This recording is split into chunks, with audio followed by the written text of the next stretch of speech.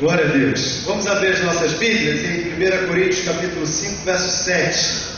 Somente esse versículo. 1 Coríntios capítulo 5, 7.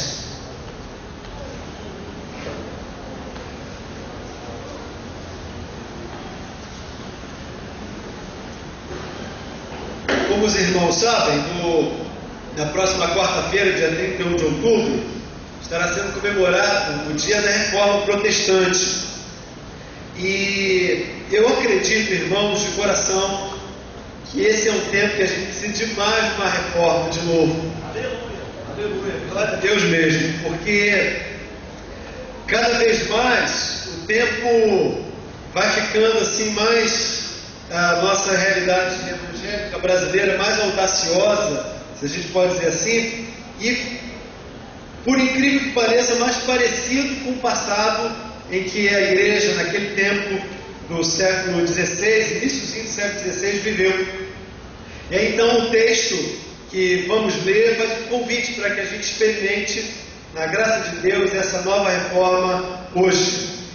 Achamos o texto, irmãos? 1 Coríntios capítulo 5, verso 7. Quem achou, diga: eu achei.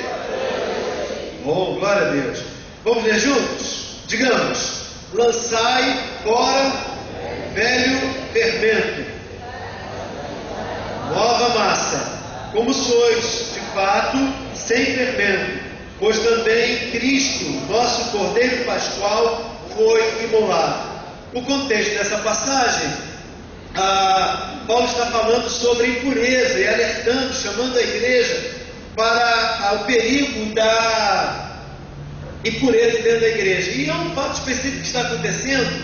Um filho tem o seu pai, a esposa do seu pai, que vai entender então agora um novo casamento, alguma coisa assim, todos na igreja, e o filho toma a mulher do seu pai para ser a sua mulher também, e continua como sendo esposa daquele que é o pai. Uma confusão que parece enredo de novela dos nossos dias, né, irmão? Isso aqui, se Janete Claire estivesse viva, ia criar uma novela para ser big sucesso como é de hoje, porque esse aqui dá pano para manga. Paulo fala que isso é uma aberração. Admira-se como a igreja que está presente ali, ele é ausente, permite, e ele deseja que a igreja, com a ausência dele, mas com a palavra dele, tivesse autoridade para entregar Satanás essa vida, para que vivo ainda pudesse ser castigado e o espírito fosse, pelo menos o espírito fosse salvo no dia da volta de Cristo. E aí então vem a palavra jactância, uma palavra tão forte, verso 6, e dizendo que aquilo é um pecado dentro da igreja, que a igreja deve arrancar. E ele compara isso, como esse ato, como um fermento velho que está estragando toda a massa. Meus irmãos, vamos usar de pano de fundo esse texto. Não é muito meu costume usar um texto sem uma mensagem, sem se aprofundar especificamente numa passagem, mas eu quero nessa manhã, à luz do que aconteceu então no dia 31 de outubro de 1517, Martinho Lutero, ele vai para a porta de uma das principais igrejas daquele tempo na Alemanha, no castelo de Wittenberg, e ele começa a pregar, a martelar 95 teses, são 95 afirmativas. Fiquem tranquilos, nós não vamos trabalhar as 95, né? Na pastoral de hoje diz que essas 95 ideias, que eram aberrações da igreja daquele tempo, contra a fé cristã, contra a palavra de Deus, elas estão sintetizadas em 5 ideias, que estão aí no seu texto, na pastoral, que você tem em mãos. Mas eu quero nessa manhã destacar 3 delas. E para ilustrar como hoje nós precisamos... Ali está o Lutero, né? Não é ele, é um filme sobre ele que valeria a gente assistir também. Mas para ilustrar, não sei, Michael, nós conseguimos ver aí o filme do YouTube. Eu queria mostrar para vocês, o Michael vai nos ajudar, precisa de som e de ligar a luz aqui também. Só como título de ilustração, como hoje é necessário a gente ter uma reforma de novo nos nossos dias. Dessa ponta aqui, Claudio, você consegue assistir com esse papel aqui, né? Consegue assistir bem? Consegue, beleza. Então, vamos ver se a gente vai conseguir ver, né? Isso aqui, irmãos, é para que ninguém diga que o pastor está implicando com ninguém, né? Eu não sei se nós vamos conseguir assistir. Vamos lá.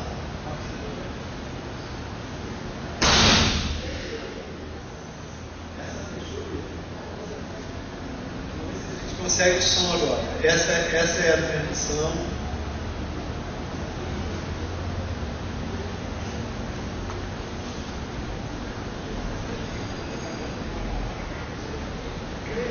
Precisa do som. Era para sair daqui, mas não está saindo lá.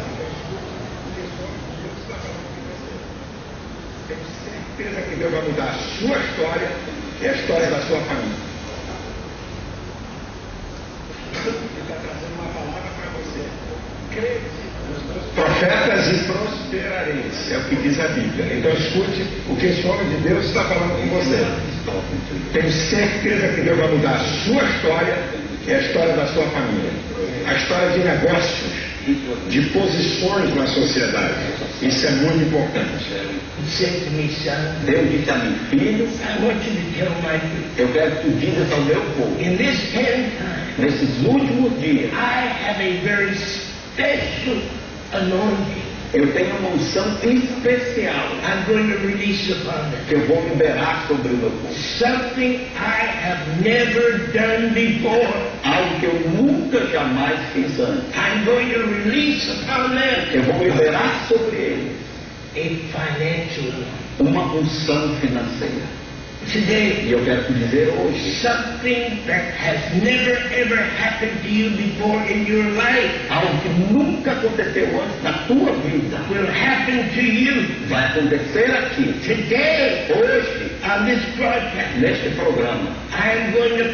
Eu vou orar em poucos momentos for God to release His financial anointing upon your life. Para Deus liberar a sua unção financeira sobre a tua vida. Now I'm going to tell you what the financial anointing is in just a moment. Eu vou te dizer o que é a unção financeira em poucos momentos. But I want you to do this. Mas eu quero que você faça There's isso. a phone number on the screen right now. Existe um telefone aí na tela agora mesmo. If you want God to give you the financial anointing, Se você quer que Deus te dê a unção financeira, the end time financial anointing, a unção financeira dos últimos I dias, want you to pick up that phone. eu quero que você pegue esse telefone. And I want you to make a commitment E eu quero que você faça um compromisso for 900 reais. para você pegar R$900. You say, Brother Shul, I have never ever done anything like that in my life, E você diz, irmão Celula, eu nunca fiz isso na minha vida, especially especialmente not on television. para um programa de televisão. But I tell you, Mas eu te digo, when you sow what God is asking us to do today, quando você semear o que Deus está nos pedindo para fazer hoje, you will receive from God você vai receber da parte de Deus something you have never received before. algo que você nunca recebeu antes. Why not? Por que não? Brother Shul, why are you asking for that? Por que você está pedindo Tem por uns nós? 12 minutos e nós já vimos o suficiente. Vocês sabem, agora acende a luz lá, por favor, Paulo, por gentileza. E obrigado, eu sigo o trabalho que deu, obrigado. Meus irmãos, vocês sabem o que vocês acabaram de assistir? Uma pessoa de terno e gravata, com nome de pastor, pedindo que, em nome de Deus, você e eu depositássemos, isso é de 2009, R$900, uma quantia de R$900, na conta que está aparecendo aqui no telefone, aqui abaixo na tela. Porque se você fizer isso, Deus vai abençoar a sua vida financeira. Agora a gente olha para a história, que a gente acha que é absurdo que a Igreja Católica fez lá atrás. Meus irmãos, nós estamos fazendo igual ou pior. A igreja naquela época dizia que para você, moribundo próximo à morte, ter acesso ao céu, você teria que doar tudo que você tinha das suas posses, suas terras, para a igreja. Ele não botava um telefone, apontava assim com as mãos igual de garra, todo momento assim, porque não tinha essa tecnologia, mas se tivessem, eles estariam de terno e gravata fazendo exatamente isso que nós estamos vendo aqui. Meus irmãos, olhem para o seu pastor, olhem para mim. Nós hoje, de coração, na terra brasileira, com a vergonha que em nome do Evangelho a gente faz, porque nós também somos evangélicos, e nós somos também pastores intitulados como fazendo isso também. A gente precisa demais de uma revolução, e óbvio que não é martelar um papel numa parede, na porta de uma igreja importante, mas é como que martelar a verdade no nosso coração para a gente mudar. E não tem como haver ou acontecer uma reforma verdadeiramente genuína. É impossível nos nossos dias, exceto se isso for para nos levar de pastores, bispos, membros, diáconos, novos na fé, todos nós a botarmos a boca no pó, pedirmos perdão dos nossos pecados, e como que começar de novo, se possível fosse, a experimentar aquela vivacidade da fé cristã nos nossos corações. Das 5 teses, ou essências da tese que está no seu boletim, a primeira que eu quero destacar para que essa nova reforma aconteça hoje, mostra-me para a gente, por favor, Maicon. A primeira é esta: somente a fé em Jesus Cristo. Lá no latim, sola fide. Essa afirmação que Lutero diz que a igreja precisava voltar a viver, tinha uma razão. Naquele tempo, a igreja católica romana, vamos chamar de igreja romana, nesse contexto medieval, chamava que as pessoas crescem e tivessem fé nos santos, como que um substituto, uma meia ponte para conseguir chegar até Deus. É óbvio que a gente precisa pregar sobre a inexistência, a incredulidade, a heresia bíblica e a total falta de argumentação nas Escrituras para defender isso. Você sabe como é que isso aconteceu? Os concílios católicos foram acrescentando novas ideias. E o que não tinha base bíblica, para poder ter base, mesmo que não tendo a solidez das Escrituras, criou-se então uma tradição papal, que tinha o mesmo peso que o ensinamento bíblico. Então, quando você não conseguia argumentar na Bíblia, você podia aferir que não, mas não está na Bíblia, mas é também texto importante, como que também de divina inspiração, porque é parte da tradição. E aí, então, podia-se crer em vários santos. Por isso nós compreendemos que nós não temos nenhuma estátua, nenhuma imagem para adorar, porque nós cremos que a nossa fé é exclusivamente em Jesus. Então, como é que a gente pensa sobre essa nova reforma na nossa experiência evangélica brasileira? Nós não temos imagens de escultura no nosso templo, em templo nenhum, você não vê isso. Mas, meus irmãos, o uso da fé, ela tem encontrado pontes também nos nossos dias. De várias formas, mas a principal e mais comum é cultivar a fé na fé. Como é que é isso? Vou exemplificar a você, contando que há dias atrás, era mais ou menos 4h30 da manhã, perdi o sono, e aí eu orei um pouco, li a Bíblia, mas aí depois deixa eu ligar a televisão. Estava passando outras coisas, fui assistir um pastor, eu não vou citar o nome dele aqui, mas ele estava fazendo uma sessão de cura, e achei interessante, geralmente no auditório, grande, com um fundo assim de céu, coisa e tal, né? Não precisa nem falar o nome, você já sabe, né? Mas nesse tempo estava diferente, era uma reunião pequena no Nordeste, uma sessão de cura chamada, né? E tinha umas pilastras laterais, estava mais ou menos umas 120, 150 pessoas naquele auditório, pelo que mostrava assim, e tinha umas 20 pessoas na frente, doentes, para serem curadas. E ele fez a orientação, a ministração, passo a passo, o que deveria acontecer, e orou. Alguns foram curados e outros não foram curados. Então ele, no microfone, naquela situação, ele disse que aquelas pessoas que não foram curadas, em outras palavras, a culpa era delas, não era de Deus. Porque Deus sempre cura, Deus sempre tem poder. E é verdade, né, irmãos? Mas o problema é que elas não tiveram fé na fé delas. Em outras palavras, Deus estava disposto e querendo curar. Mas se elas tivessem fé ao ponto de experimentar aquilo, elas teriam crido e então conseguido experimentar a fé. Isso aí a gente chama com muita segurança fé na fé, que na verdade não é fé no alvo maior, que é Jesus. A fé não está na expectativa do que Ele pode fazer na minha vida e as implicações de que Ele agindo na minha vida trará no aspecto do caráter, no aspecto da fidelidade, no aspecto da retidão moral, ética, na responsabilidade social que você vai passar a ter quando o Espírito de Deus atua em você. Não, mas é meramente, irmãos, eu pensar positivamente que aquilo vai acontecer e no esforço, pimba, acontece. É a fé no exercício da minha própria convicção, do meu pensamento positivo, da minha crença, chamaremos então de fé. Meus irmãos, essa, entre outras manifestações de aberrações, desviam a nossa fé daquilo que deve ser o alvo da nossa fé. Vamos ver aí do que a palavra de Deus diz? Olha os ensinos bíblicos, vamos ler juntos? Ao qual Deus propôs como propiciação pela fé no seu sangue, para a demonstração da sua justiça, por ter ele, na sua paciência, deixado de lado os delitos outrora cometidos, para demonstração da sua justiça neste tempo presente, para que ele seja justo e também justificador daquele que tem fé em Jesus. Outra passagem? Pode avançar, Marcos?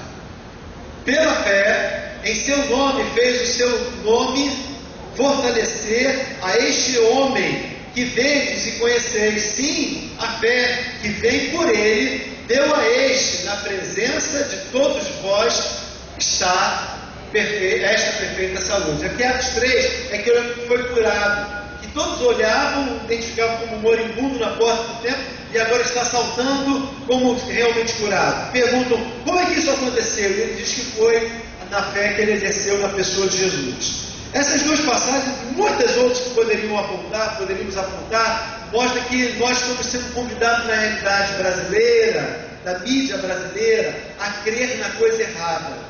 Hoje nós somos convidados a crer na pessoa de Jesus. Qual é o seu grande problema, irmão?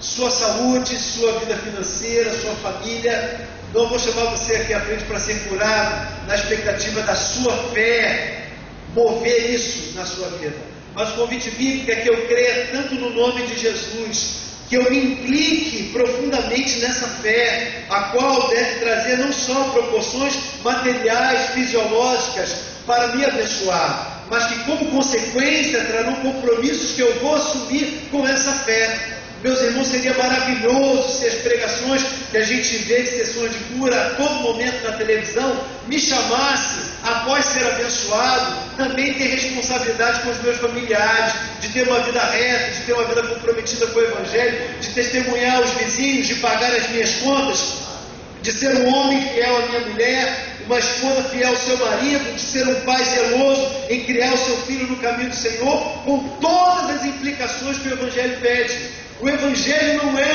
uma caixinha que eu vou tomar com pílulas para me abençoar, me fortificar, mas é um convite para que eu, recebendo dessa fé, essa fé mova montanhas dentro de mim e que transforme a minha vida em primeiro lugar. Há um segundo convite que Lutero fez lá atrás, baseado também nas escrituras sagradas, apontando o pecado e o erro da igreja romana, que inevitavelmente aponta para nós também nos nossos dias. A segunda dessas afirmações, ou teses principais, é essa: somente a graça, sola gratia.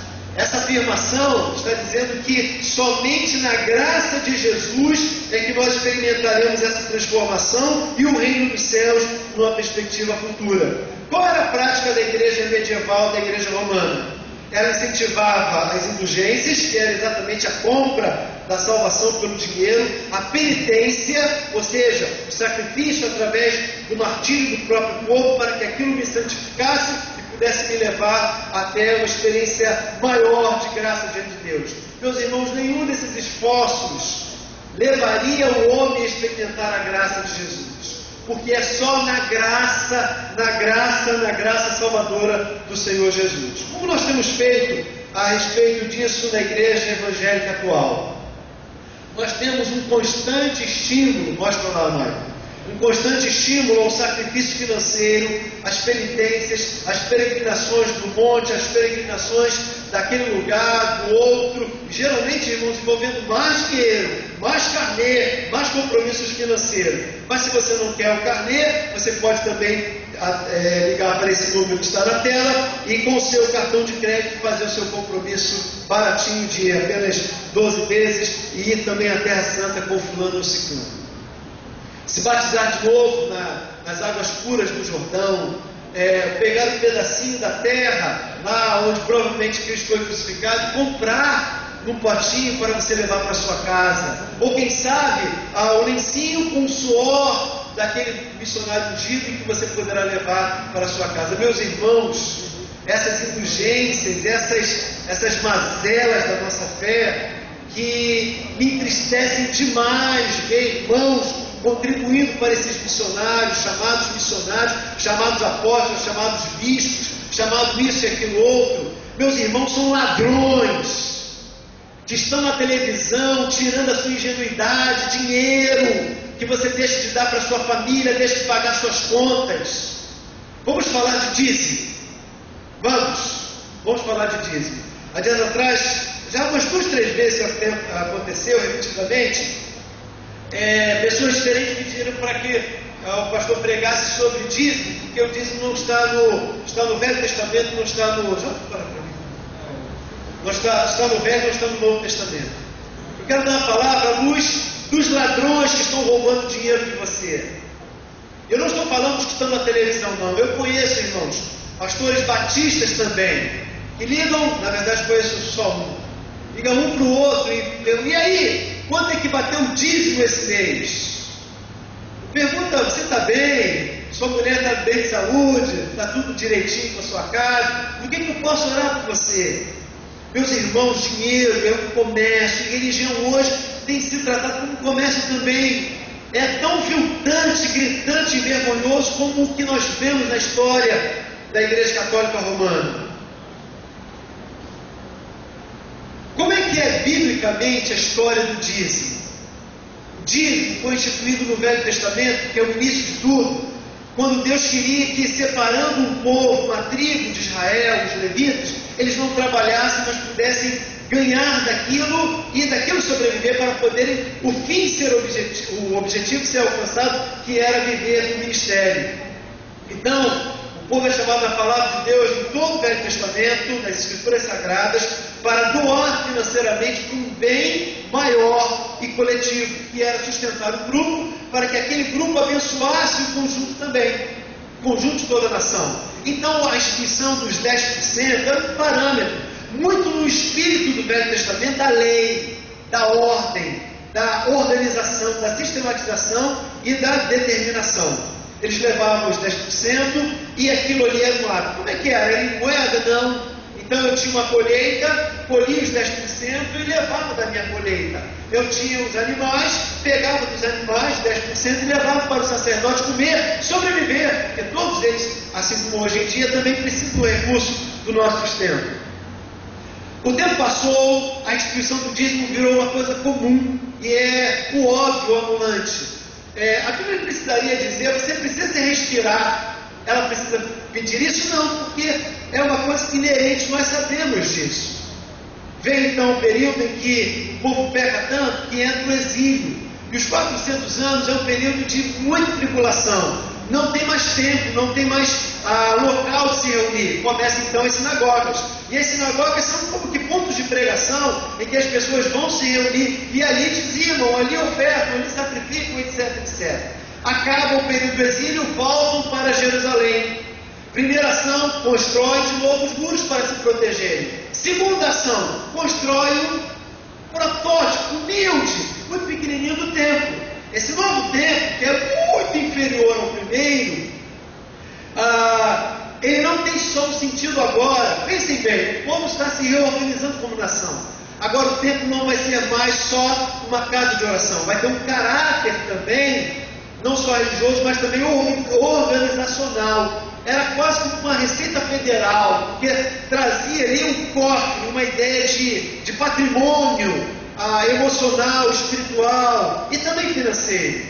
Ele ganha uma nova conotação diferente do primeiro templo. E aí então começa a se constituir um hábito de levar o dinheiro ao templo. Nessa ideia que a gente vê muito clara em Malaquias, o tempo passa e a religião vai se corrompendo de novo. E religião é uma coisa perigosa. Se a gente não entender bem ela à luz de Jesus, ao tempo da graça, a gente pode confundi-la facilmente.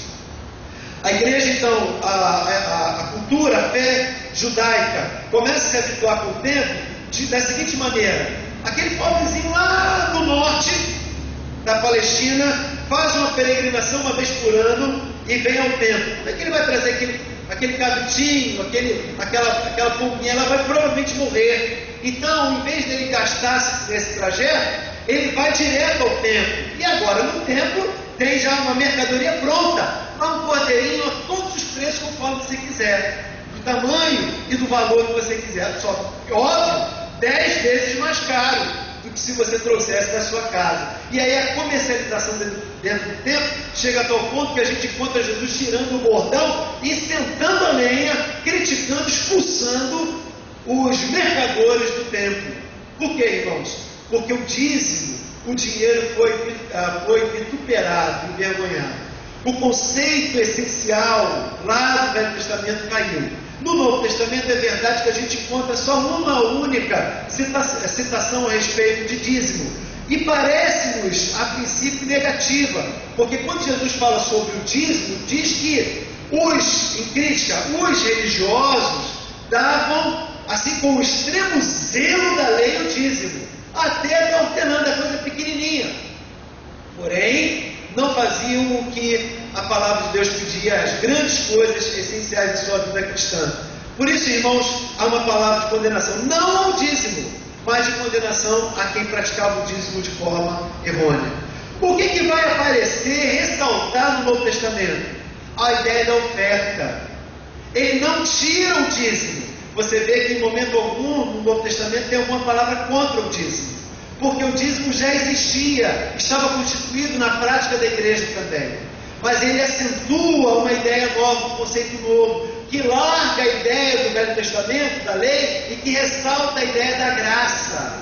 Qual é a ideia da graça? Da voluntariedade, da alegria, da espontaneidade. Assim que você deve ofertar, como também assim que você deve dizimar. Sobre isso, irmãos, eu quero dizer com muita clareza: eu sou um exemplo para os irmãos, porque eu também sou dizimista.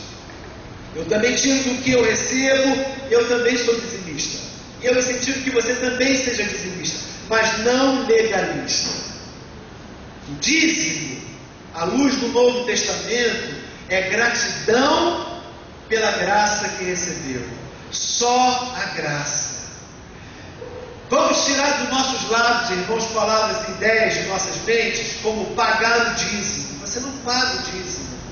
Você não coloca o dízimo atrasado em dia, como se fosse um carnê das Casas Bahia. Você não deixa de comer ou de fazer alguma coisa importante, porque você tem que dar o dinheiro para o pastor, porque você tem que construir lá uma big, mega, ultra, multi, na quinta potência igreja para o fulano de tal, para ele andar de jatinho para lá ou para cá. O seu dízimo é graça de Deus. E é um parâmetro. Por que a Bíblia não dá ênfase, irmãos, no Novo Testamento? Porque 10% é pouco. Você tem que dar para Jesus 100%. É a sua vida inteira. Ora, se eu tenho a minha vida inteira, eu vou dar 10, 20, 30, 40, 100. De que forma? Com meu tempo, minha dedicação. Meus irmãos, nós estamos sendo chamados agora pela comissão de dedicação a dar mais tempo para o trabalho do Senhor. Alguns que têm perfil gravado para aquela ação, doem-se para o Senhor, trabalhem na casa de Deus, se dediquem na casa de Deus. Meus irmãos, eu estou louvando a Deus de ver a casa mais cheia, pela palavra de Deus, pelo estudo da Bíblia, pela busca das nossas participações na EBD. Nós temos que buscar 100% do Senhor. Não é 100% na igreja e para a igreja, porque o reino de Deus é tudo isso que está em volta de você. Quem aqui dos meninos namora? Meninos e meninas, tem namorado? Não precisa de gente calhar, não. Solteiro ainda, né? Baixa a mão. Solteiro ainda. Solteiro. Quem é solteiro? Levanta a mão. Solteiro, levanta a mão. Quem de solteiro está namorando? Tá certo. Vamos fazer uma vigília de oração. A coisa está preta. Meu Deus. Jesus amado, né? Mas esquece isso aí. Nós, irmãos, como adultos, jovens, crianças, somos chamados a nos doar 100%. E Então, quando na prática evangélica de hoje, a ideia de sacrifício financeiro, você não é chamado a se mutilar, mas você é chamado a consciência ter uma graça e uma gratidão tão grande pela graça de Jesus na sua vida, que com gratidão você vai dar. Você vê, não sei se você percebe, mas é totalmente diferente. Na ideia do dízimo do Velho Testamento, eu me sacrificaria. Na ideia do dízimo e da oferta do Novo Testamento é gratidão. Eu trago um sorriso, trago uma alegria. Então você não paga mais dízimo. Amém, irmãos? Você não paga dízimos atrasados como se você fosse perder a salvação. Você não dá dinheiro para ganhar uma bênção, como se negociasse seu dinheiro com Deus. E Deus não precisa mesmo. Deus dá em abundância para nós. Por isso, irmãos, é só a graça do Senhor. Vamos ao ensinamento bíblico. Vamos lá, rapidinho.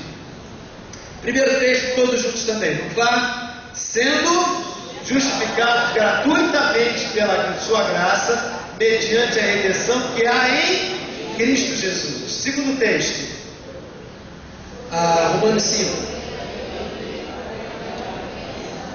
Abundasse, mas onde o pecado abundou, superabundou a graça, para que assim como o pecado veio a reinar na morte, assim também viesse a reinar a graça pela justiça para a vida eterna, por Jesus Cristo, o nosso Senhor. Romanos capítulo 5, versos 20 e 21. E o terceiro texto, temos mais um depois.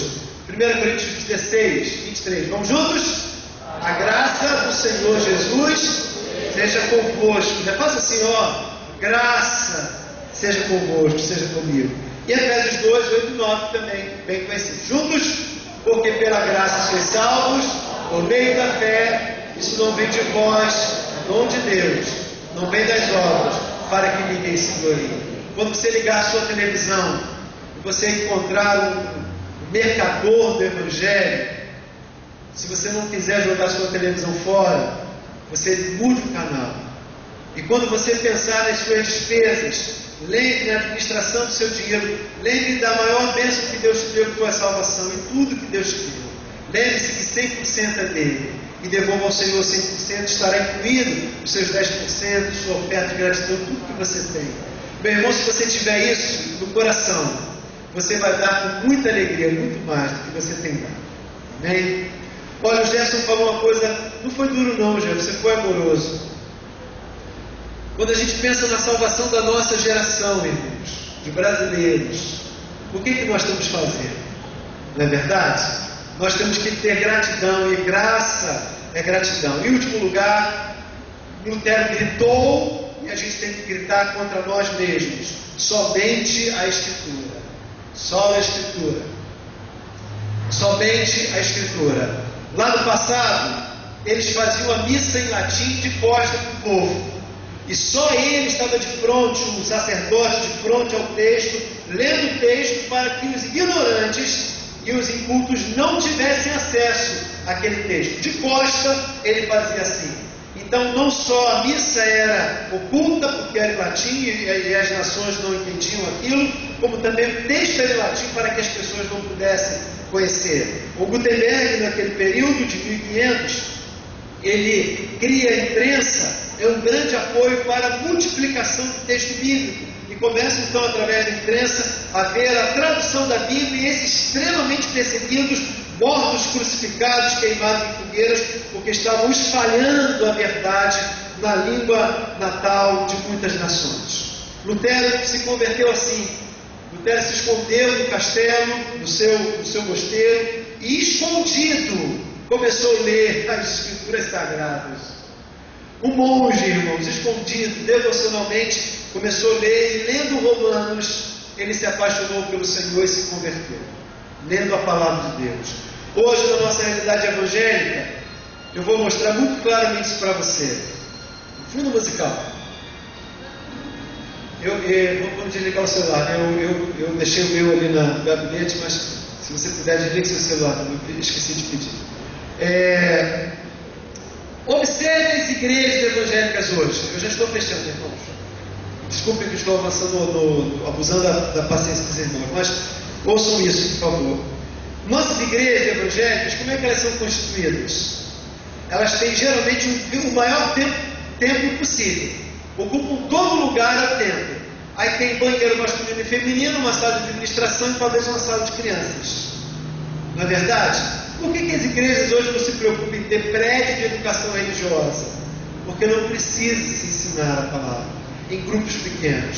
Porque você tem um culto que é só celebração, uma mensagem geralmente para acalentar e apagar o coração das pessoas, motivar as pessoas para permanecerem felizes, e dando mais ofertas e acaba o culto, todos vão para casa. Não há ensino sistematizado, não há pregação aplicada aos compromissos éticos e morais daquela comunidade. Por isso, meus irmãos, nós podemos dizer que a palavra, ela realmente não tem tido centro das nossas atenções. Vamos ver o ensino bíblico, o que a Bíblia nos fala para os nossos dias.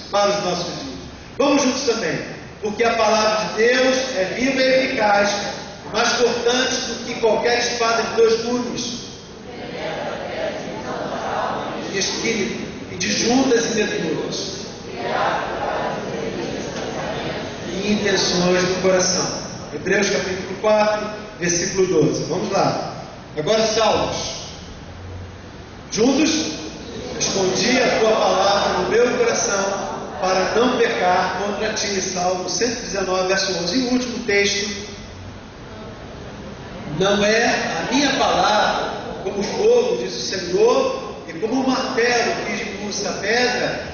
Lembra-se que eu citei de um desses mercadores de chapéu que usou esse texto para vender um carnê de 12 prestações, para que no final do carnê de 12 prestações você ganhasse um martelinho de plástico, irmãos, como prova da sua fidelidade e conquistando a bênção de Deus. Meus irmãos, nós chegamos no ápice, mas fiquem tranquilos, coisas mais criativas vão vir. É verdade, vão vir, e vocês vão se escandalizar junto comigo. Há um pastor no Nordeste, já não basta mais ser bispo, apóstolo. Ele deu um nome que eu não consegui gravar, é tipo assim, pai dos apóstolos. Ele diz lá no Nordeste que só ele no Brasil recebeu a autoridade dos céus para ordenar e instituir espiritualmente a autoridade sobre apóstolos.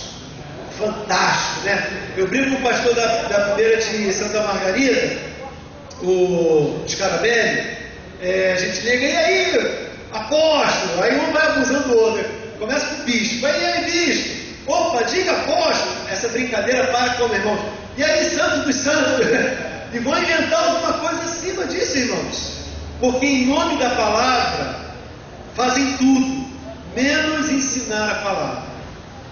Qual é o meu desafio, irmãos, como seu pastor? A nossa igreja ensine a palavra. A palavra, ela deve ser tão clara ao ponto de quando você sair do culto, você saber dizer: olha, o pastor falou isso, e eu vou ter que fazer isso agora, a partir de agora. Se isso não ficar claro, a palavra não foi clara no seu coração. Eu já contei uma história, vou repetir, estou de olho no relógio, só isso agora, tá? Eu até provavelmente vou pecar de ser repetitivo, mas os irmãos têm paciência, seu pastor. Eu acho que é a idade, né? Eu vou chegando a 50 anos, já estou ficando meio assim, né? E assim não repete mais.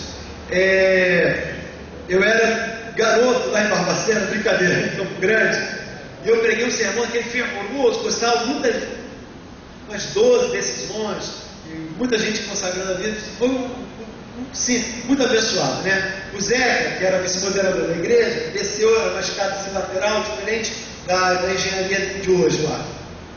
Desceu, tinha 2 velhinhas, e as velhinhas comentaram assim, e o Zeca ouviu, né? Ezequiel Mangueira. A velhinha A falou para a velhinha B: irmã fulana, você viu que bênção? Que bênção? Que palavra! Aí a vovó B falou: olha, eu não entendi nada, mas foi muito bom. Meus irmãos, eu oro para que alguma coisa fique no seu coração. Se ficar que você não venda o seu dinheiro para os ladrões da televisão, eu vou ficar feliz. Mas eu quero acentuar essas verdades. Só a palavra, só a graça e só a fé em Jesus. Não vendamos, não negociemos. Esse púlpito, desde os seus primórdios, nos últimos 23 anos do pastor Rômulo, e que ao longo dos anos, enquanto Jesus voltar, esse púlpito seja só a palavra, e que seja assim para a glória.